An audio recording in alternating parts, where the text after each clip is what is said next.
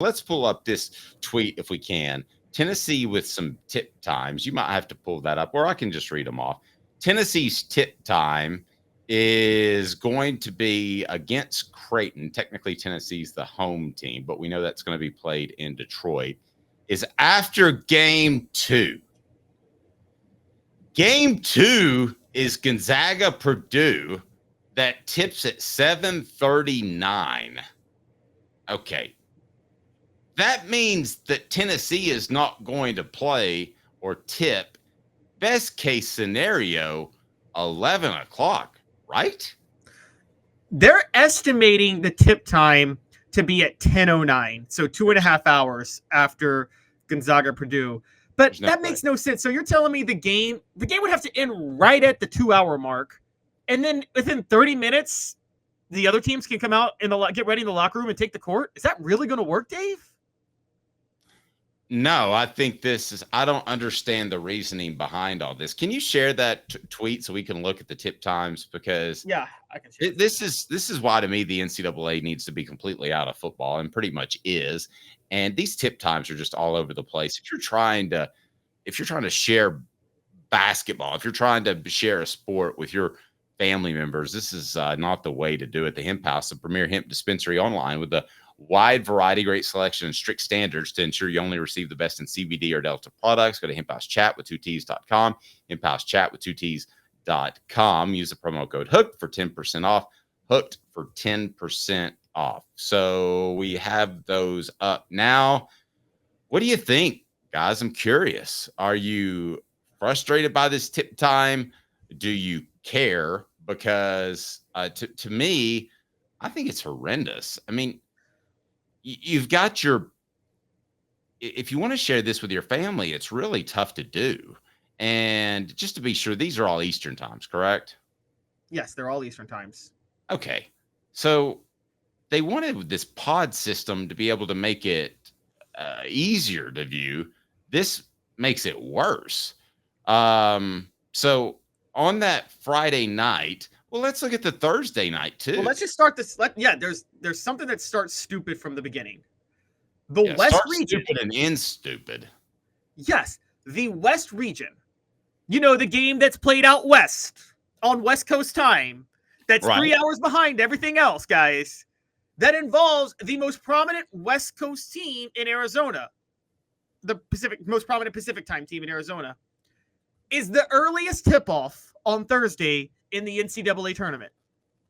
How does that make sense, Dave? It's going to be not only, and then the last game of that night is at earliest a 10:09 tip-off and will be in Boston. So Boston gets a tip at 10:09 at night. LA gets their tip at 4 in the afternoon. Wouldn't you reverse this? Yes. I mean, I don't like anything about this. I tell you what I would do too.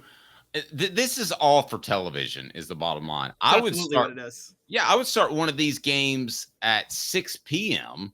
So you'd have a 6 to 8. I can watch it in its entirety and then have an 8 to 10. There has got to be something different you can do. I mean, not even getting rolling with a tip time at 7:09 both nights is just pure stupidity. That's 5:09. And picking the West Coast games to get rolling with that early tip time too. It's disappointing. It's absolutely disappointing. And then can I rail on something else for a second if you don't care? The whole new pod. I'm going to break down what this is about, but yeah, rail first. Okay, I want that. The whole new pod system that they do now. The games used to end like bam, bam, bam, bam in the morning session. And then you'd see 4 endings and you'd hopefully see one incredible ending. We didn't on Thursday this year. And then the next games would play still before, I call it the before the news segment of the tournament. Because remember, they used to take a 2-hour break. You'd watch the news, you'd take a break, you'd have some dinner, you start watching basketball again. Well, now to get even more TV time, because there are more networks, they've spread it across in terms of every game ends at different times. So it's almost impossible to keep track of what games are going on when. I hated that part of it too. You won't hate Quality Tire Pro. The Eberle family has been serving Chattanooga's community since 1957. All major brands of tires, full service automotive, brakes, alignments, oil changes, and more. All work is covered by a national warranty. Cherokee Blvd right there, or qualitytirepros.com. Stop by and say, Off the Hook Sports said, hey, Bo. Hey, Bo. Off the Hook Sports. All right. Why are these tip times so crazy, Caleb? Okay, here's where it gets worse. Okay, so you have the West Coast time is the first game, like I've told you all, 7:09, which will be 4:09 West Coast time, Clemson and Arizona. Then right after that, at 7:39, you have San Diego State and UConn tipping off in Boston. So the two West Coast teams are the two earliest tip-offs, Arizona and San Diego State. At least one's in Boston. Then after the first tip-off in LA, the second tip-off is Alabama, North Carolina at 9:39. And then it's Illinois, Iowa State at 10:09 back in Boston. Now here comes Friday. On Friday, again, the furthest west teams are NC State and Marquette playing at American Airlines Center in Dallas. And tip-off is at 7:09. Right after that is Gonzaga and Purdue in Detroit. Tip-off at 7:39. And then and then you have Dallas again. We'll get Duke and Houston. And then Tennessee and Creighton tip off at 10:09. There's a bunch of things wrong with this, but I'm first going to get to the conspiracy of what's wrong with this. I love it. I absolutely love it when you go, that's crazy. Conspiracy, Caleb. Go. I'm excited. Every part of this worked around making sure that Duke and North Carolina got the primetime CBS spots.